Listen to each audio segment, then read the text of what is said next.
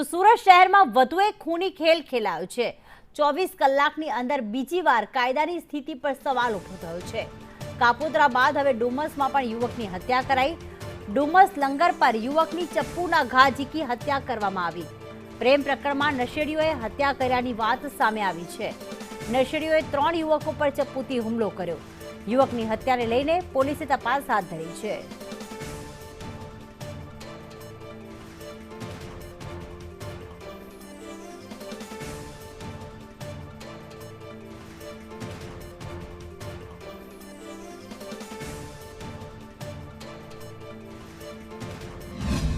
નામના યુવકની ઘાતકી હત્યા કરી દેવામાં આવી હતી। ત્યારે પોલીસ ઇન્સ્પેક્ટર સાહેબ છે અત્યારે તપાસ કરી રહ્યા છે, પૂછપરછ કરી રહ્યા છે।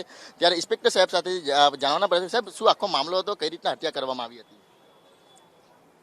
ગઈકાલ રાતના 10:30-11ની આસપાસ ડુમસ પોસ્ટેના લંગર સર્કલ ખાતે ખલાસી સમાજના 4 યુવાનો પિંપોર ગામના ટીકુ નામના છોકરાએ તેમને અભદ્ર મેસેજ કરી અને ફોન કરીને બોલાવેલ હોય કે મારા મિત્રના કેમ હેરાન કરે છે, જે બાબતે તેઓએ લંગર સર્કલ પર તેમને બોલાવેલ હોય અને લંગર સર્કલ પર આ 4 યુવાનો સ્ટીવન અને મરણ જનાર સ્ટીવન સંજયભાઈ તથા અન્ય યુવાનો ત્યાં ગયેલ હોય તો સામે પક્ષે ટીકુ તથા તેના ધ્રુવ, રાજ અને અન્ય મિત્રો હાજર હોય તેમને આ બાબતે બોલાચાલી થયેલ, અભદ્ર મેસેજ કેમ કરે છે તે બાબતે બોલાચાલી થયેલ અને ત્યારબાદ ઝપાઝપી અને મારામારી થયેલ, જેમાં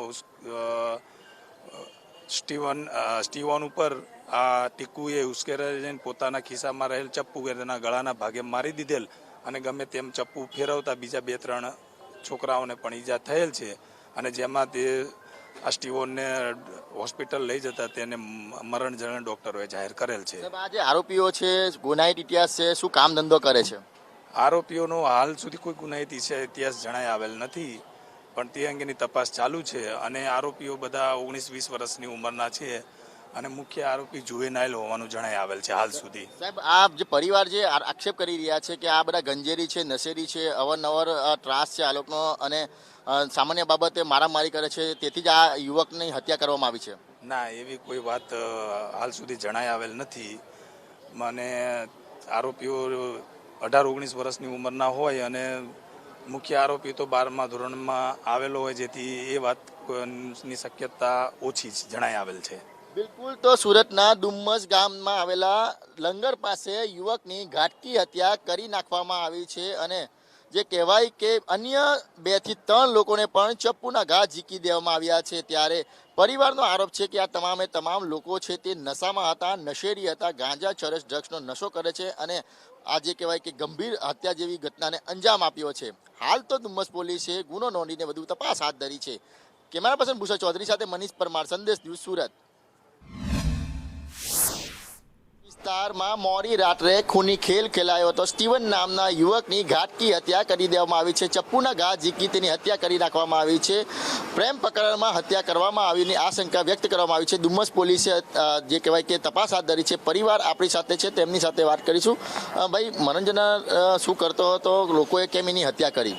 એ જે વ્યક્તિ છે, જે મારો ભાઈ જ થાય છે, એ પ્રાઇવેટ કંપનીમાં નોકરી કરે છે અને એક સાંજના ટાઈમે એ લોકો ક્યાંક બેઠા હતા, ત્યાંથી કંઈક મેસેજ આવ્યો કે ચલો તમે લડવું હોય તો અમારી તરફ આવી જાઓ। પછી એ જાણીને એ લોકો 4-5 છોકરાઓ ત્યાં ચોપાટી પર ગયા।